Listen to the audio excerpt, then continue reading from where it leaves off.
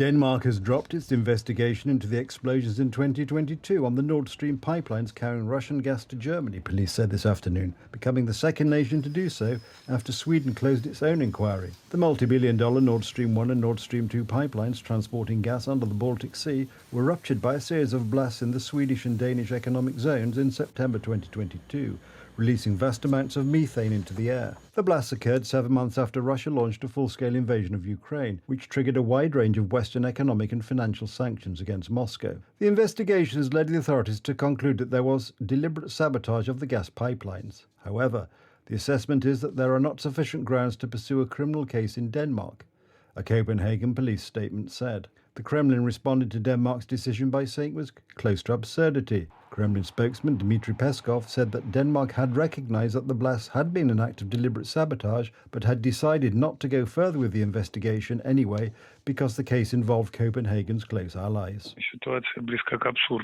Of course, the situation is close to absurd. On the one hand, there is an admission that deliberate sabotage took place. On the other hand, there is no further progress. Considering all the different information leaks and the whole set of facts that became known during this investigation, it is obvious that everything is quite clear. And it is obvious that simply, in the course of the investigation, they began to close in on their closest allies. He also said Denmark had refused requests to provide information about its investigation. Sweden earlier this month dropped its investigation into the explosions, saying it lacked jurisdiction in the case, but had handed uncovered evidence over to German investigators, who have yet to publish any findings.